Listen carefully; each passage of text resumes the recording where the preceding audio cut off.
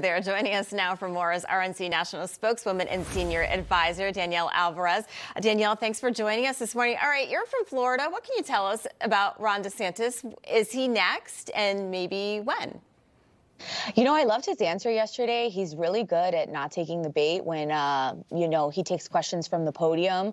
And I thought it was a very clever answer. You know, wouldn't you like to know? I think that the entire country is interested in seeing how the 2024 field shakes out. Obviously, former President Trump was the first to announce very early on. Now we have Nikki Haley announcing today. And so it's very possible that we have a large field. We haven't seen that since 2016. And the RNC's position is neutrality. We will be focused on building the infrastructure so that when our voters decide who the eventual nominee is, we can hand them the keys to some great ground game, some great infrastructure, data, and apparatuses, so we can finally retire Joe Biden. Yeah, so, just back to the DeSantis thing, he typically deflects that question and says he's focused on Florida and continuing to serve as governor. He didn't do that yesterday, which I thought was sort of telling.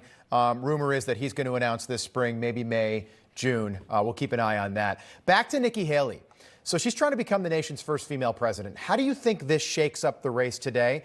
And then couple that with Tim Scott, South Carolina senator, who is seemingly waiting in the wings to announce himself. Could we see two candidates from the same state running here? I think it's very possible. You know, this is going to be a contest of ideas. It's exciting to have a female candidate in the race, but I think that it's really important to remember that Republicans care about ideas that are brought to the table. You know, she certainly has expertise as the former UN ambassador, as an executive from South Carolina, having served as governor. But it's very possible that we see other contestants and multiple contestants from the same state, throwing their name in the ring and vying for that nomination. And we'll see how it plays out. Yeah, Donald Trump's got company officially today. She'll announce in Charleston, South Carolina in a few hours. So, Danielle, some breaking news. Congresswoman Victoria Sparks, she just issued a statement on this whole DirecTV Newsmax situation, DirecTV dropping Newsmax 3 weeks ago to the day today. She says that if this stuff continues, we're going to become a totalitarian country. What's your reaction to what DirecTV did, again, 3 weeks ago today, dropping Newsmax from their channel lineup? I find it alarming.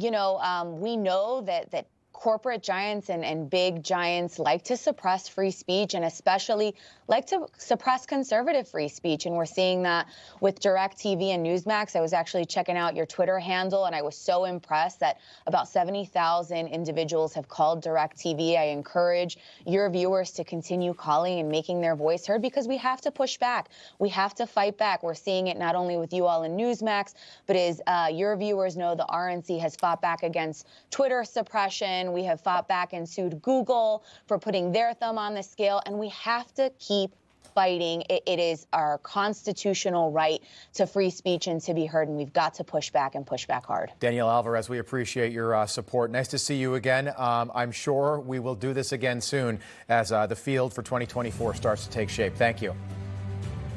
All right, lots more.